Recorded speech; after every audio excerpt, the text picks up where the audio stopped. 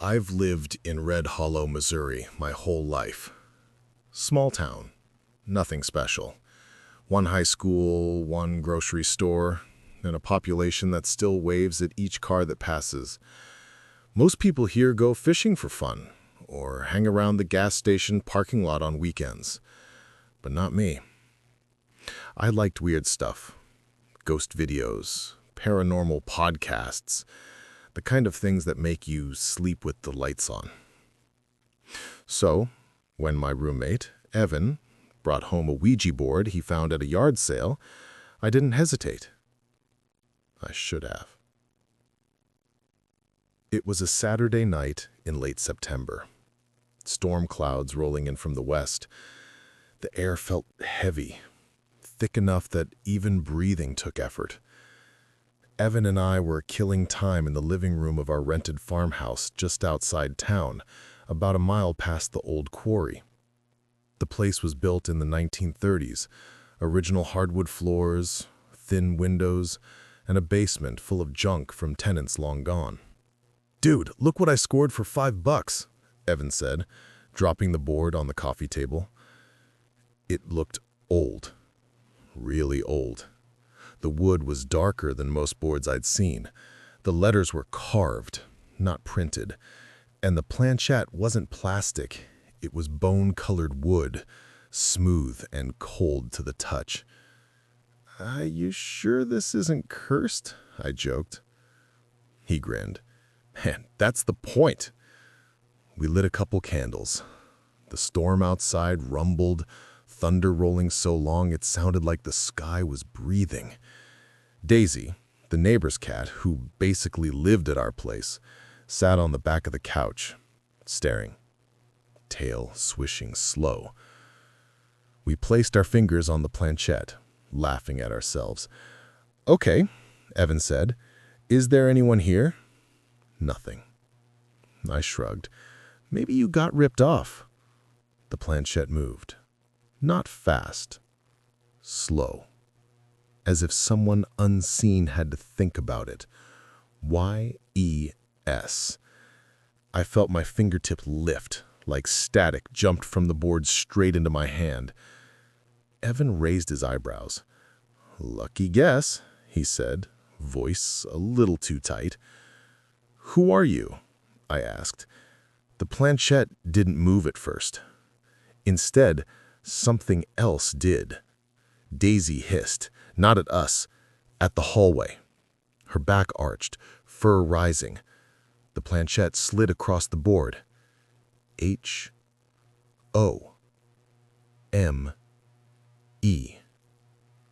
Home. That word shouldn't have chilled me, but it did. Lightning lit the living room white for half a second. I swore I saw someone standing in the doorway to the hall.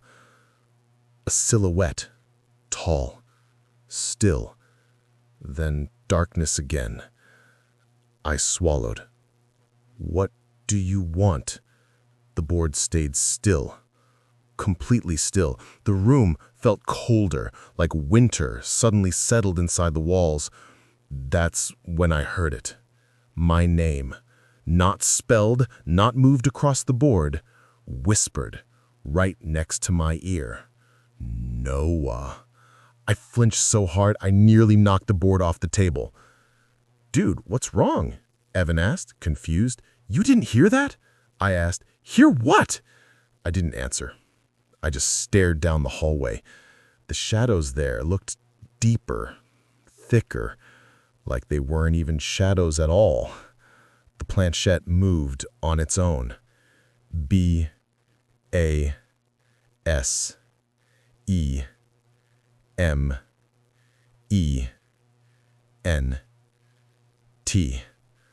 Basement. The storm outside crashed so loudly the windows rattled. "Nope," I said. "Absolutely not. We're done." I took my hands off the board. The planchette moved again. N-O-H. Come. Evan's face drained of color. "Okay, that wasn't me." Daisy bolted from the room, claws scraping the floor. I felt something in the air, like breath, against the back of my neck. I stood up, relieving. We grabbed what we could and practically ran to the truck. We didn't turn off lights, didn't blow out the candles, we didn't even lock the door. We just drove. We slept in the Walmart parking lot until sunrise. When we finally went home, everything was exactly the way we left it, except for the board. It was sitting in the hallway, facing the basement door, planchette pointing down, as if waiting.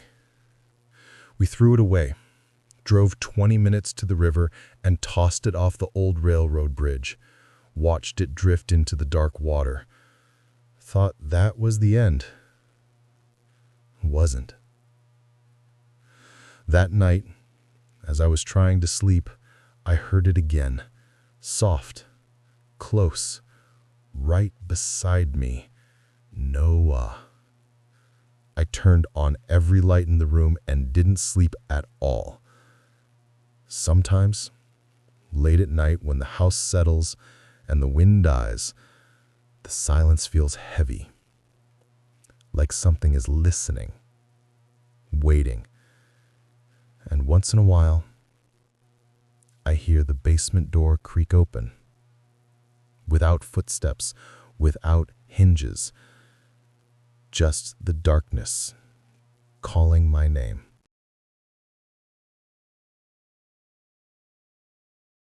I grew up in Nome, Alaska, where winter lasts longer than sanity should allow, and darkness feels like something alive. Around here, people keep themselves busy, ice fishing, carving antlers, repairing snowmobiles, anything to ignore the way the nights stretch on. I worked the late shift at the Aurora Inn, mostly checking in tourists chasing the northern lights. Nothing usually happens after 11 p.m., just the hum of the vending machine and the wind scraping frost against the windows. But one night last December, something did happen, and I haven't slept well since. It started with Tessa, my best friend since elementary school. She came over to my apartment after work, cheeks red from the cold, eyes bright with mischief. "Look what I found," she said, kicking off her boots and dropping a worn board onto my table. A Ouija board. Not the cheap cardboard kind. This one looked handmade, dark wood, worn smooth, the letters carved unevenly, like someone had done them by candlelight. The planchette was wooden too, with a round piece of cloudy glass set into the center. I asked, "Where did you get that?" "Old abandoned cabin outside Teller," she said. "Me and Tyler were exploring last week." I just stared at her. "Tessa, you know better." She grinned. "Yeah, well, don't you want to see if it works?" I didn't. But curiosity is a hungry thing. We set it on the coffee table. I turned off the lights. Tessa lit a single lavender candle and placed it between us. Outside, the wind moaned against the siding. Snow tapped the window like fingers. We both placed our fingertips on the planchette. I didn't even speak. Not, "Is there anyone here?" Not, "Hello?" Not anything. The candle went out. Not flickered, not dimmed, snuffed out. Like someone leaned in and blew. The room felt instantly colder. Tessa forced a laugh. "Must be a draft." No, the windows were sealed, the heater was running, and the air felt thicker, like breath lingering where it didn't belong. Then the planchette moved. Slow at first, then faster. Unsettling. Tessa's voice shook, even though she smiled. Okay, that's creepy. I swallowed hard. Who are you? The planchette slid across the board. F-O-G?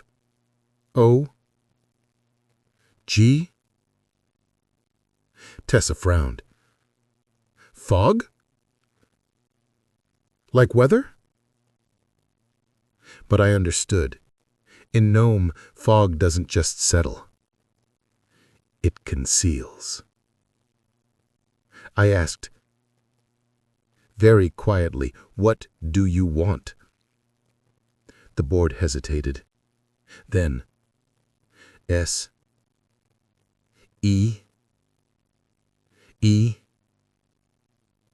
My breath caught. What do you want?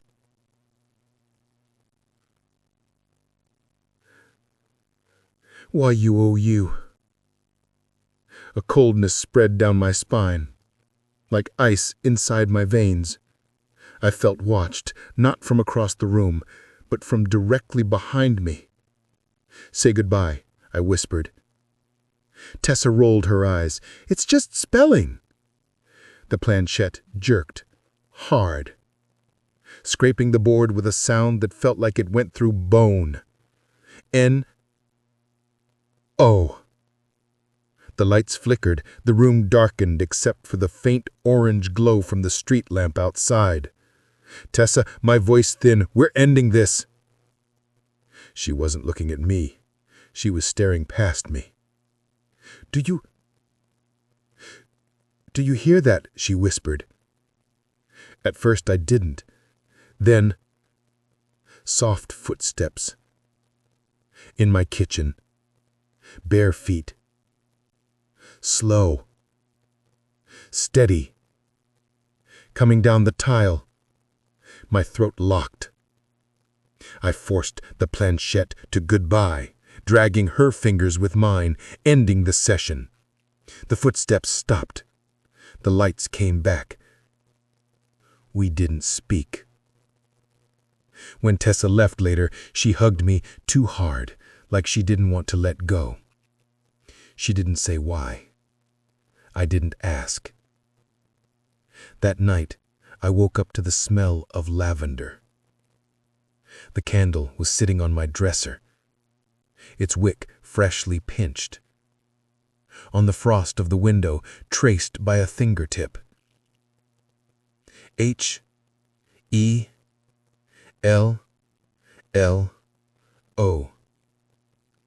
Goodbye wasn't the end. It wasn't even close.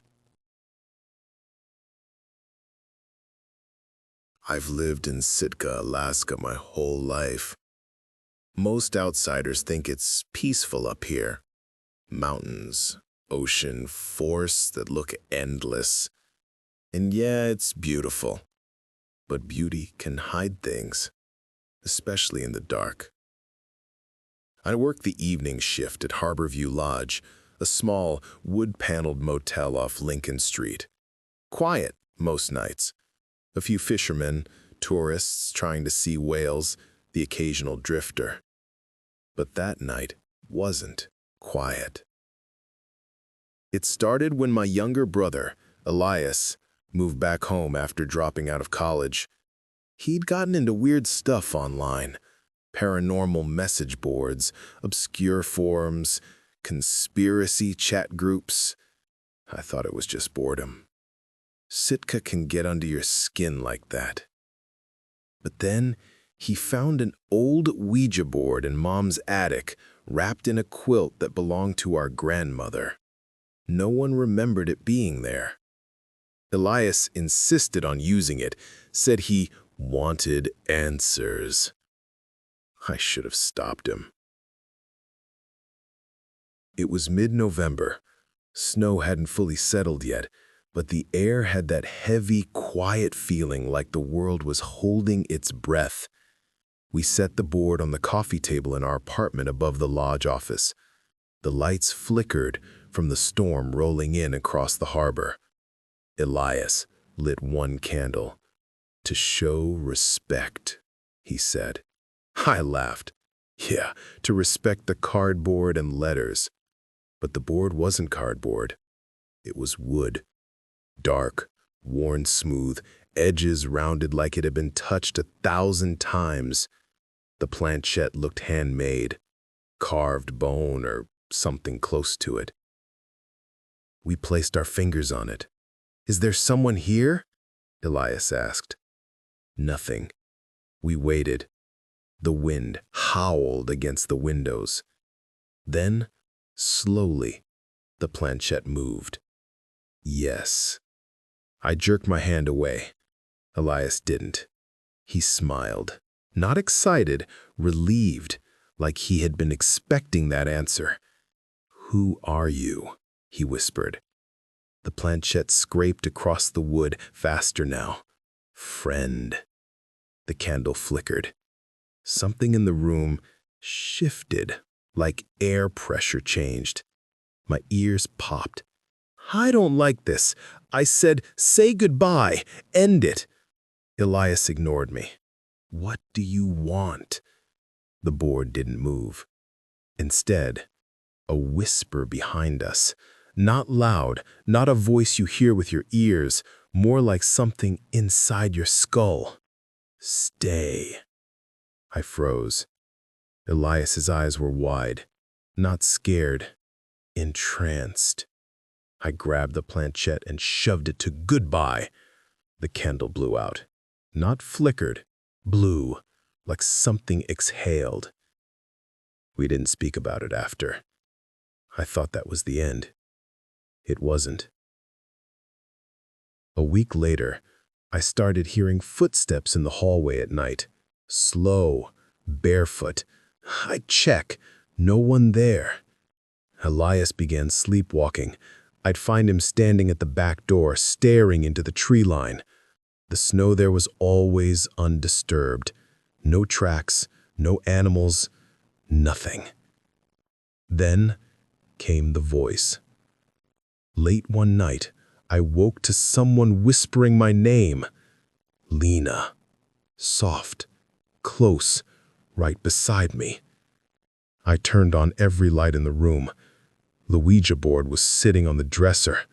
We hadn't touched it since. I threw it in the wood stove that night. Fire roared, sparks spitting up the flue. I felt relief for maybe 10 seconds. Then, the flames went cold. Not died down, not flickered out. Stopped. Like someone took all the heat away at once.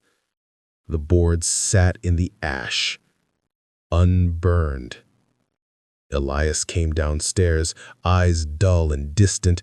He murmured, "It said you shouldn't have done that." It. Not he, not she. It. I grabbed his arm. "We have to leave." He shook his head slowly. "It's already here." The lights flickered. The temperature dropped so fast I saw my breath. A shadow formed behind him, not from the candle, not from the lights, from nothing. I dragged him outside into the snow. We ran to the lodge office and stayed there until sunrise. I called our mother. She came, took Elias back to her house. That was 2 months ago. He doesn't speak much now, barely eats. Sometimes he looks over my shoulder and smiles like he sees someone standing behind me. I don't sleep at night, not really. And sometimes, when the wind stops, when Sitka goes quiet in that eerie, breathless way, it comes back. Not spelled out on a board. This time, whispered. Goodbye wasn't the end. It never was.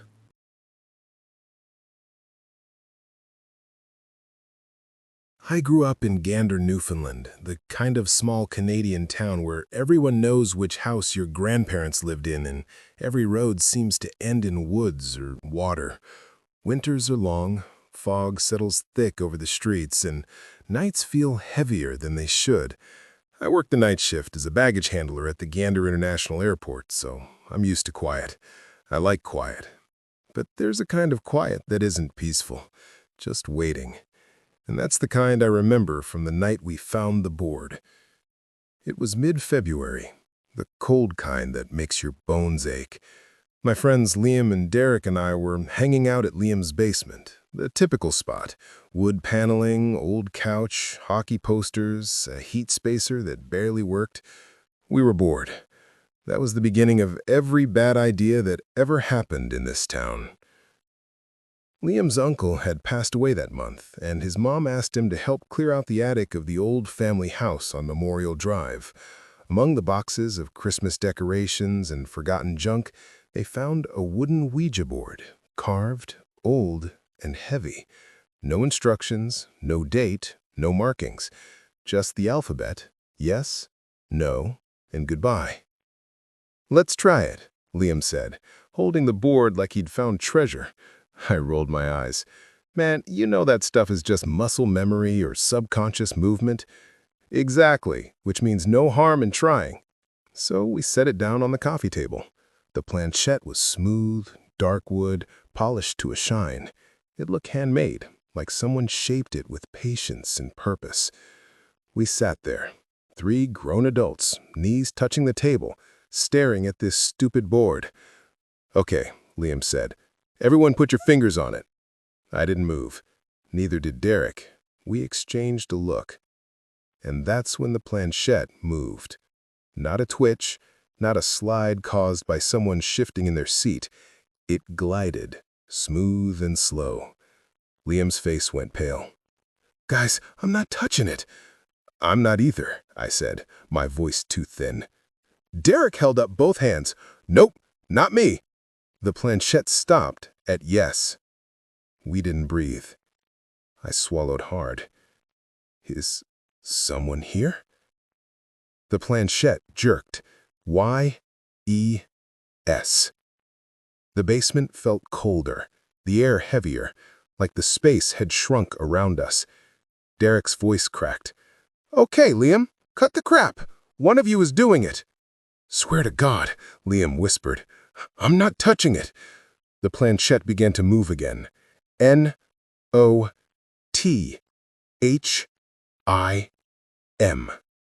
We all froze. Derek stood up abruptly, knocking his chair backward. "Nope, no, I'm done." But the planchette kept moving without us. N-O-T-A-N-Y-O-F-U.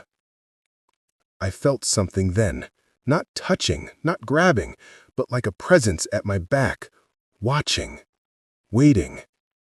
The air smelled like old attic dust, cold wood, and something else, like lake water that's been still too long. Liam whispered, "What do you want?" The planchette slid again faster as if impatient. L-O-O-K. The basement lights flickered. The planchette scraped to a stop. The room went still. Derek, shaking, pointed at the far wall. Do you see that?" At first I didn't. Then I did. A shadow. Not cast. Not shaped by anything. Just there. Darker than the dark around it. It was the shape of a person. Tall, unmoving. The planchette moved one last time. H-E-R-E.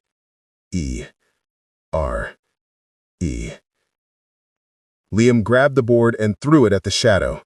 The lights flared back on. The shadow was gone. We all stumbled outside without jackets, breath burning in the frozen air. None of us said a word. We didn't need to. The next morning, Liam texted us. "The board is gone. Not thrown out, not hidden, just gone." He moved away 2 months later. Derek refuses to go into basements. I leave lights on now, every night, no matter the cost. And sometimes, when the snow falls thick and the world gets too quiet, I swear I see a shadow in the corner of the room, just watching, waiting. Because we never touched the planchette, but it touched us.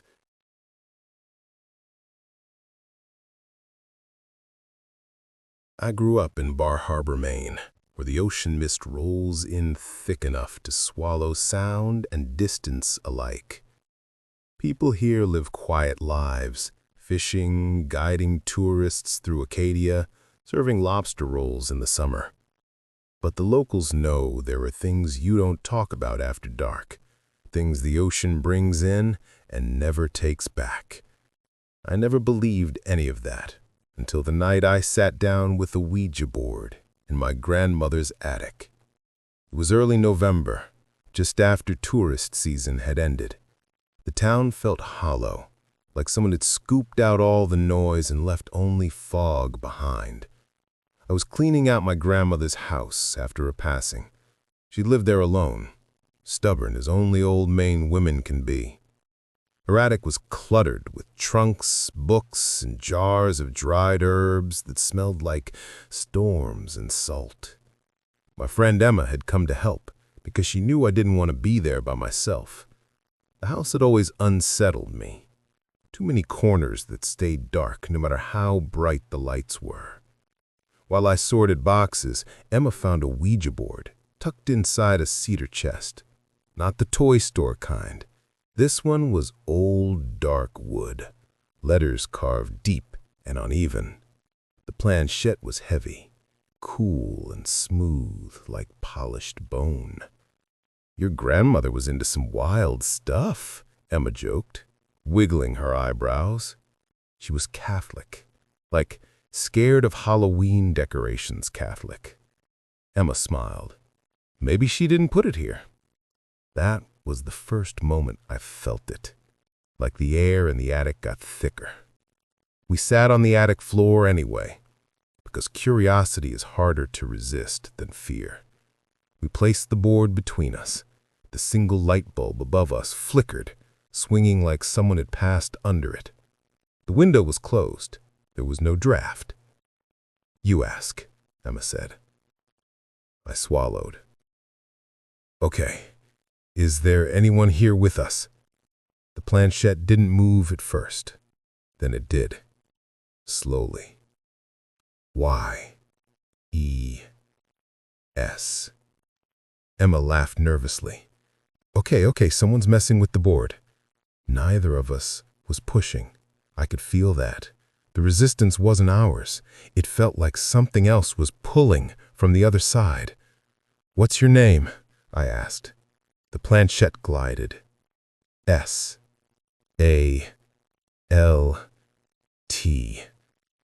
We both stared. Salt. The smell of the attic suddenly intensified, briny, damp, like the ocean at low tide. Emma shrugged. "Maybe it's someone who drowned or something." I tried to steady my breathing. "What do you want?" The planchette moved faster. T-O-B-E-S-E-E-N.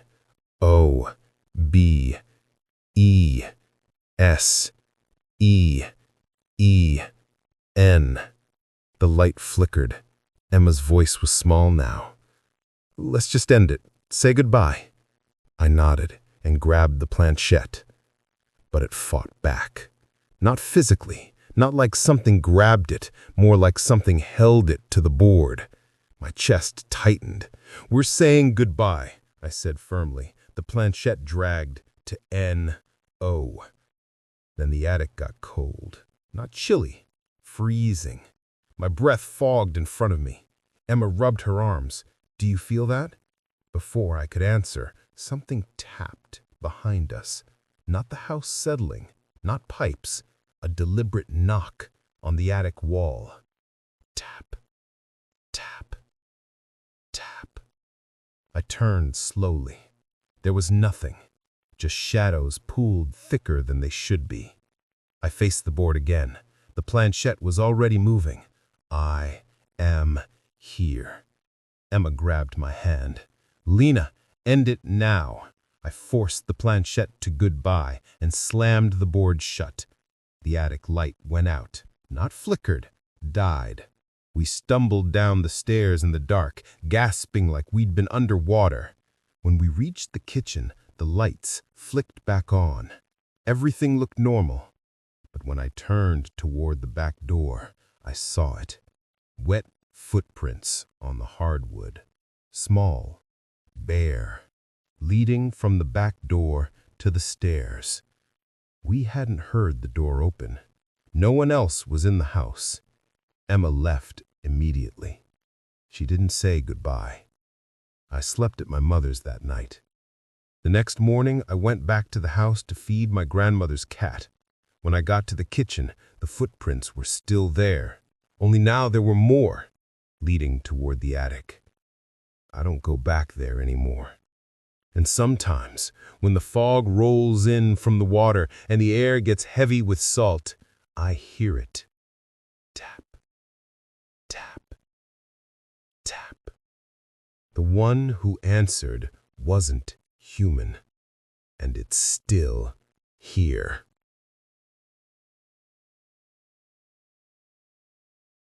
I was born and raised in Eureka Springs, Arkansas, the kind of town that looks charming on postcards. Victorian houses climbing the hillsides, narrow streets winding through the woods, mineral springs that people swear have healing powers. But anyone who's lived here long enough knows the truth. Eureka Springs has always been haunted. The fog settles too thick, the woods stay too quiet, and sometimes at night, you hear footsteps on the old wooden porches when no one is there. I didn't believe any of it. Not really. Not until the night we played with the Ouija board. It was late October, just before Halloween, that time of year when the town is full of ghost tours and candlelight walks.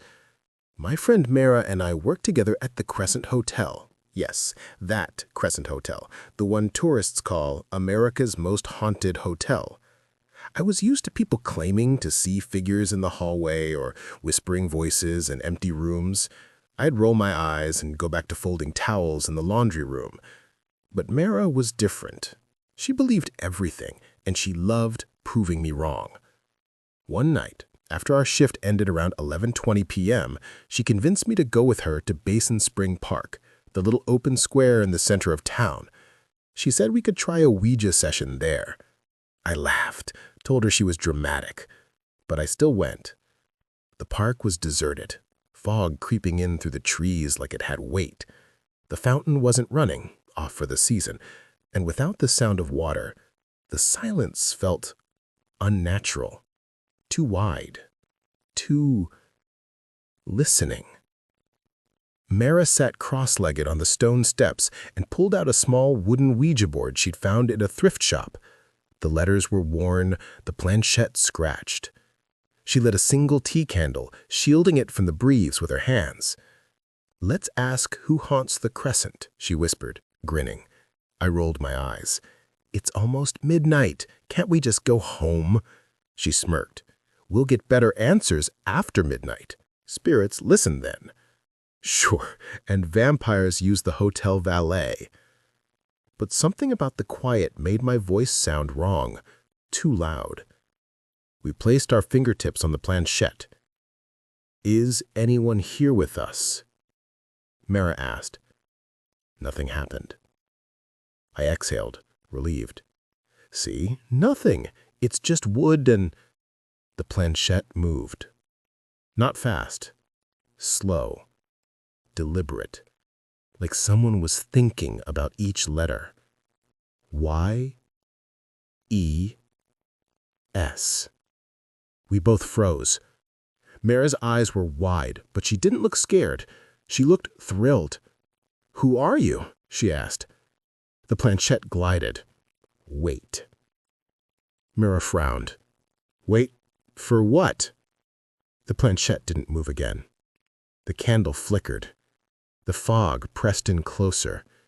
The cold deepened like the temperature itself was waiting. I checked my phone. 11:59 p.m.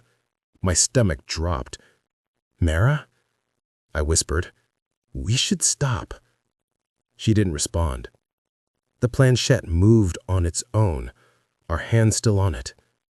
A, S, K, A, G, A, I, N, A, F, T, E, R, M, I, D, N, I, G, H, T. The candle went out. The darkness was instant. The town was silent. I could hear my heartbeat in my teeth. The church bell up the hill struck midnight. Once. Twice. 3 times. The fog thickened. No. Shaped into a figure. A tall, thin silhouette standing near the fountain. Too still. Too present. The planchette slid so fast our fingers burned. H, E, L, L, O. Mara tried to speak, but the air felt too heavy to breathe. I don't know why I asked it. Maybe because my mind didn't know where else to go. Are you human? The planchette didn't hesitate. N, O. The figure stepped closer. Mara gasped, scrambling backwards. The board clattered onto the stone. I grabbed her arm, pulling her to her feet. We ran. We didn't stop until we reached the hotel, breathless, shaking, the fog lingering at our backs like it was following. We didn't talk about it, didn't tell anyone, didn't sleep. But the next night, when I walked to work, I passed through Basin Spring. The fountain was still off. The air was still too cold. And on the stone steps where we sat, the Ouija board was waiting, planchette in the center, pointing straight at me. Mara swears she didn't go back for it. I didn't either. But someone did. Someone who told us to ask again after midnight. And I know if we do, it will answer. And this time, it won't just say hello.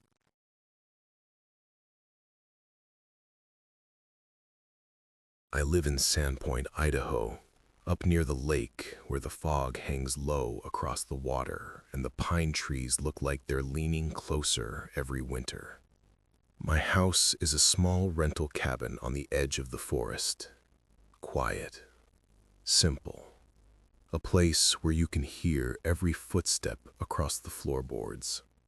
I moved there to get space after my father passed, to get away from noise and people and reminders. But some things follow you anyway. It started on a Thursday night. My friend Callum and I drove to Spokane to see a late movie. 2 hours there, 2 hours back. It was close to midnight when we pulled up the driveway, headlights sliding across the cabin wall. Everything looked normal. No lights on, no broken windows, no sign of forced entry. But when I unlocked the door and stepped inside, something was wrong. The Ouija board was sitting on my coffee table. I hadn't taken it out. I hadn't even touched it since the week before, the night Callum thought it would be fun to see if anything answered. It hadn't. We'd said goodbye, put it back in the hall closet, and that was that. Except now, it was sitting in the center of the living room, like someone had placed it carefully, intentionally. The planchette rested dead center on the board. Callum laughed. "Okay, that's creepy. You sure you didn't leave it out?" "You were here. You watched me put it away." He stopped laughing. The cabin felt colder than it should have been, like the heat had never kicked on. The air tasted old, like attic dust. I walked over to the hall closet and opened it. Everything was undisturbed. Boxes stacked the same way, jackets untouched, but the space where the board had been was empty. No sign of forced entry, nothing missing. Just the board. And the planchette. Maybe your dad used it, Kellum said quietly. My father is dead. The silence after that was somehow louder than any noise. We sat on the couch, both of us staring at the board like we were waiting for it to move on its own. The cabin was so still that I could hear the ticking of my wristwatch. Outside, the wind scraped against the eaves. I don't know why we did it. Curiosity, stupidity, something heavier. We placed our fingers on the planchette. What do you want? I asked. The board didn't move, but the room did. A faint hum vibrated through the floor.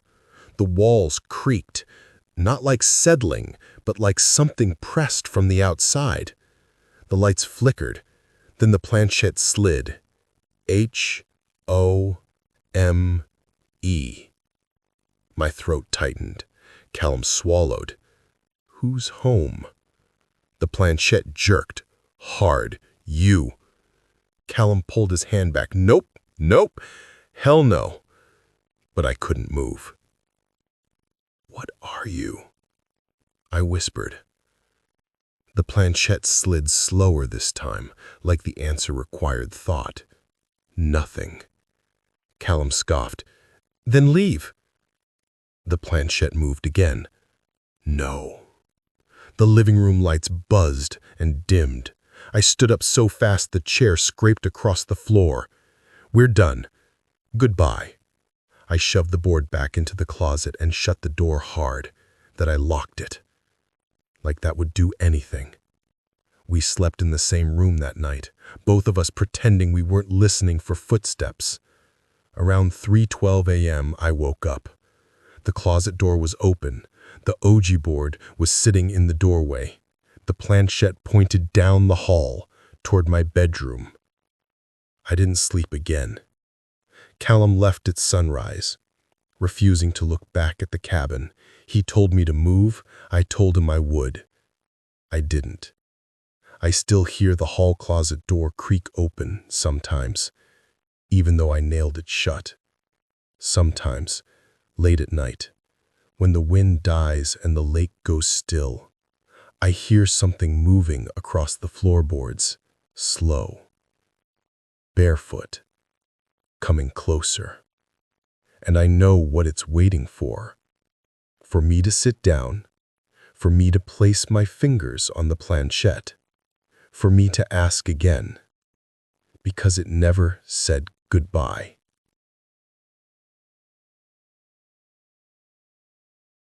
I live in Talkeetna, Alaska, where winter settles in early and the sky turns dark long before dinner. People think of Talkeetna as quirky and cozy, with its gift shops and the little cafe with the best hot chocolate in the state. But step outside the tourist streets, past the birch trees and toward the quiet homes near the river, and Talkeetna becomes something else entirely. Still, silent, and watchful. That's where my cabin is. I've never been afraid of the dark. I grew up with it.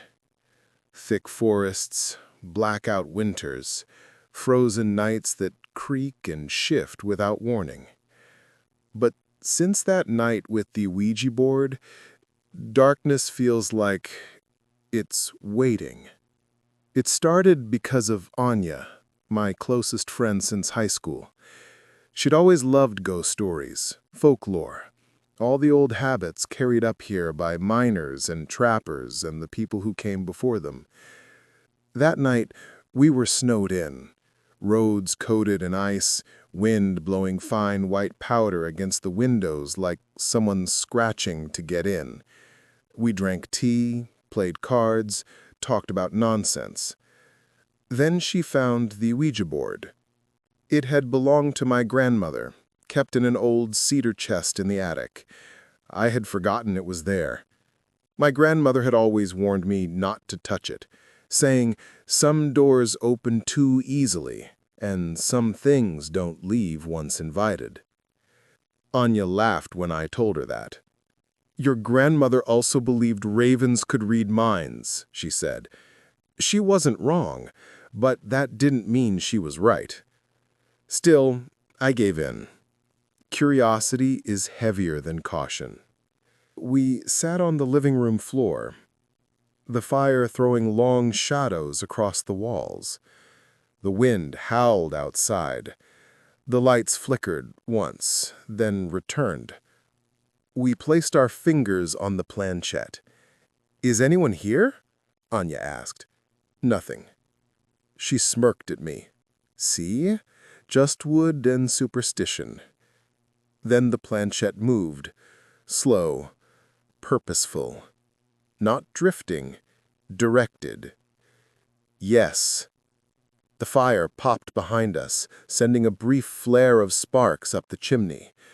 Anya's voice wavered just slightly. "Okay. Who are you?" The planchette began sliding again. "Soon." I felt something cold settle under my skin. I whispered, "What do you mean, soon?" The board did not hesitate this time. Y-O-U. My chest tightened. "That's enough. We're done." But Anya shook her head, eyes wide, not scared, but fascinated. "What do you want from us?" she asked. The planchette moved faster now. T-O-W-H-A-T-C-H.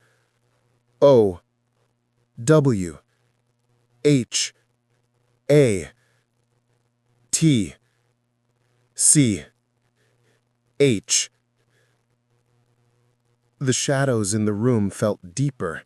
The fire seemed too quiet. I felt breath on the back of my neck. Not cold air. Breath. I turned. There was no one there. Anya swallowed. "What do you mean, watch?" This time, the planchette didn't spell words. It spelled numbers.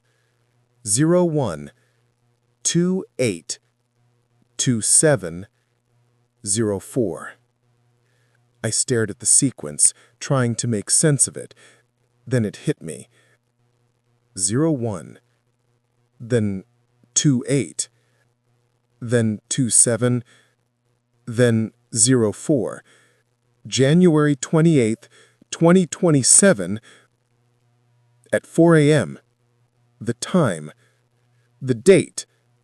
The board had spelled the day I would die. I jerked my hands away. "We're done. Say goodbye." The planchette snapped to no so hard the board shook. The lights flickered again, hard, flickering fast like a heartbeat. Anya reached out to touch my shoulder. Her hand froze in midair. Her eyes locked onto something behind me. "Don't turn around," she whispered. But of course I did. There, standing in the corner where the firelight didn't touch, was a figure. Not shaped like a person. Too tall, too thin, too still. Like a shadow pulled loose from the wall. The room dropped to freezing. The fire dimmed, shrinking without dying. The shadow didn't move, didn't breathe, didn't blink. The planchette moved again on its own. W. E. S. E. E. I forced myself to speak. I whispered, "Goodbye." The planchette did not move to goodbye. The lights went out. Everything went dark except the glowing embers in the fireplace. We didn't speak the rest of the night. When morning came, the shadow was gone. The board was back in the cedar chest. The lid closed. I nailed the chest shut. But every night since, I wake up at 4 a.m., not from a sound, but from the feeling of someone watching, waiting. I know what the board meant. Not that I'll die on January 28th, 2027, but that something will come on that day. And it already knows where I sleep.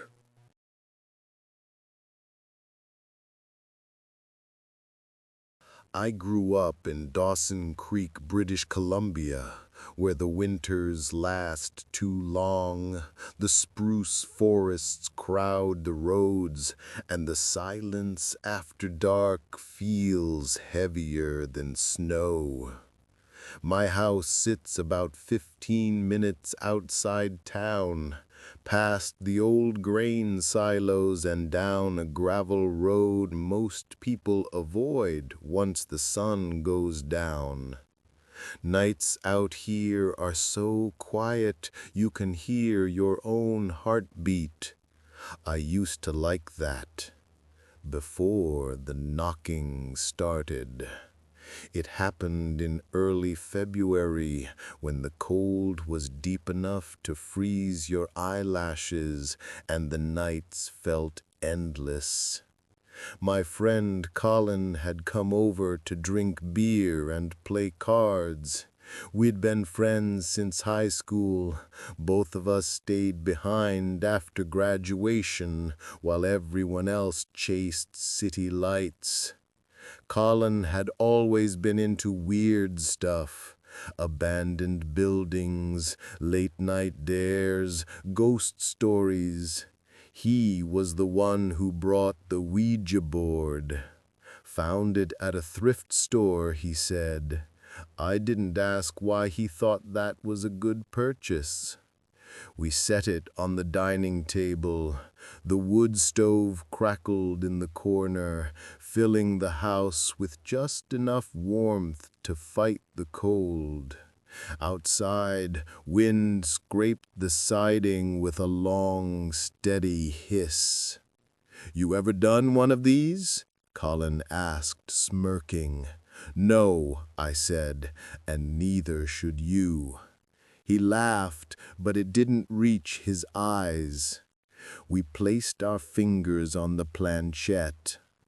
"Is there anyone here?" he asked. Nothing. I exhaled. Good. Done. Finished. But then the planchette trembled under our fingers, not slid, not drifted, trembled like something on the other side was waiting for permission. The wood stove popped loudly, making both of us flinch. The planchette moved. Y-E-S. Colin grinned. "See? Harmless." My stomach tightened. He leaned closer. "What's your name?" The planchette glided, smooth as melting ice. Notaname. Colin frowned. "What does that mean?" The room felt colder. I could see my breath. I whispered, "Ask something else." "Where are you?" The planchette paused. Then, "Outside." We both looked toward the front door. The house was silent. Too silent. Then the knocking began. 3 slow, deliberate knocks. Knock, knock, knock. Just like someone standing on the porch. Colin's smile dropped. "Someone must have pulled up." I shook my head. We haven't heard tires. No headlights had crossed the window. I stood, heart pounding, and went to the door. I didn't open it. I just listened. Silence. Then, knock, knock, knock. right at the door. The wood stove flickered low, the flames shrinking like they were being smothered. My breath clouded in the air. Colin whispered, "Ask who it is." "No," I said. The planchette moved on its own. DONT. Then ASK. The knocking came again, harder this time, the kind of knock that isn't asking, the kind that expects. Colin stepped toward the door. I grabbed his arm. I said, "Don't." It came out like a plea. The knocking stopped. Silence thick as ice. Slowly, I forced myself back to the table. I said, "Say goodbye." We pushed the planchette toward goodbye.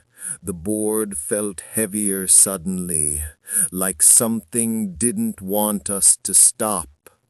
The planchette jerked. N-O. The front door shook, not knocked, shook, like something slammed into it with both hands. Colin shouted, stumbling backward. The wood stove went out, and we were in the dark. I could hear breathing, not mine, not Colin's, breathing inside the room, right behind me. I didn't turn. I forced the planchette to goodbye with shaking hands, dragging Collins along. The instant it touched, the house went still. The breathing stopped. The door stopped rattling. The warmth returned to the room like someone let go of the air. We didn't speak. Colin left without putting on his coat. He moved to Prince George a week later. Says he needed a change of scenery. He won't return my calls. I still live in the cabin. I nailed the Ouija board shut inside a cedar chest in the shed. But sometimes, on cold nights, when the wind stops and the woods go silent, I hear it. Knock, knock, knock. And I don't ask who's knocking, because I already know.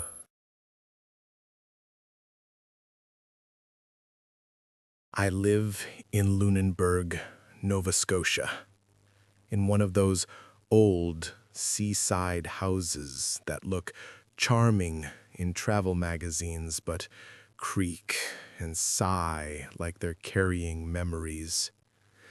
The kind of house tourists call historic because they don't hear it groan at night. My windows frost in October.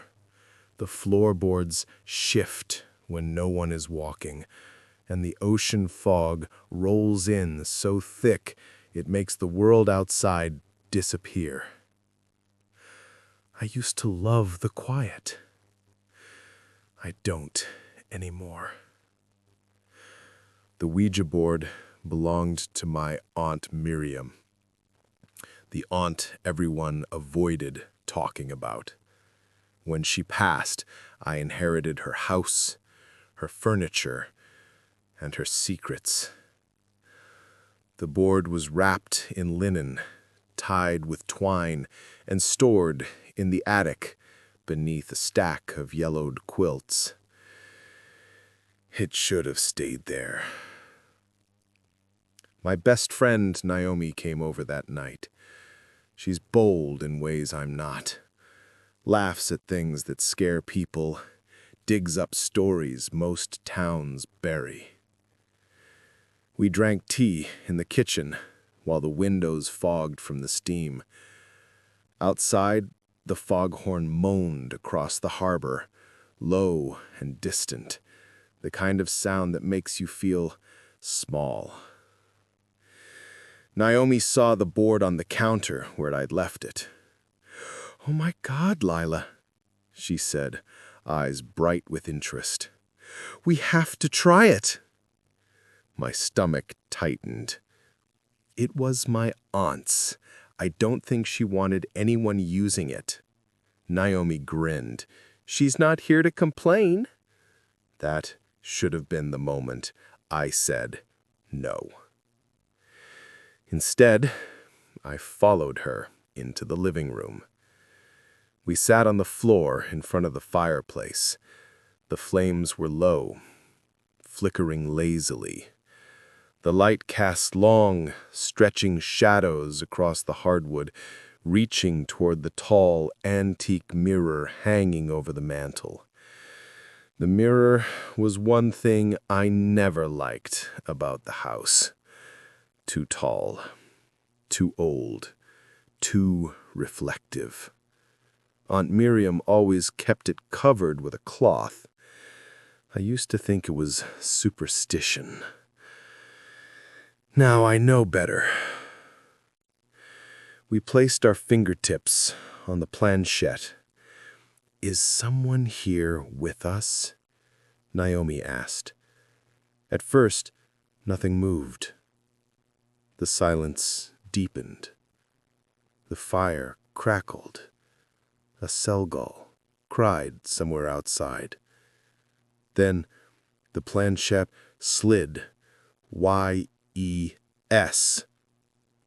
I flinched. "You did that," I said. Naomi lifted her hands. The planchette kept moving on its own. H-E-L-L-O.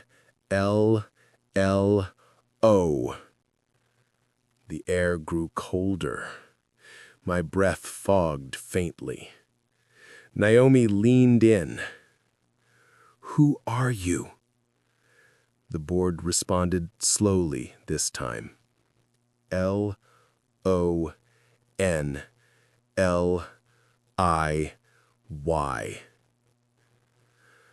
I felt something shift in the room. Not physically. No sound, no sudden movement, just a pressure, a presence. Naomi frowned. "What do you want?" The planchette paused, as if thinking. F-R-I-E-N-D.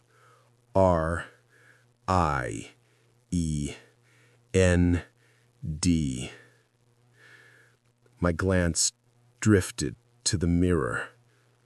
My reflection was wrong.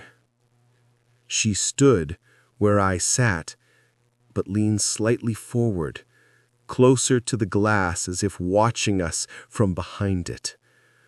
My chest tightened. I whispered, "Where are you?" The board answered instantly. M-I-R-R-O.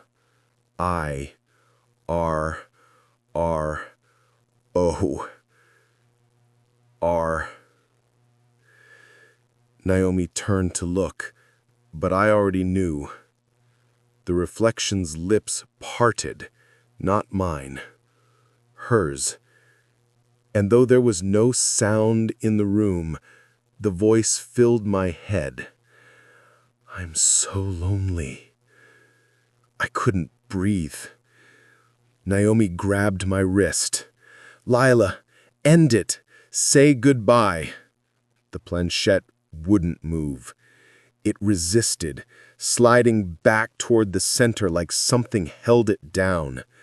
The mirror shuddered, just once, like something had pressed a hand on the other side.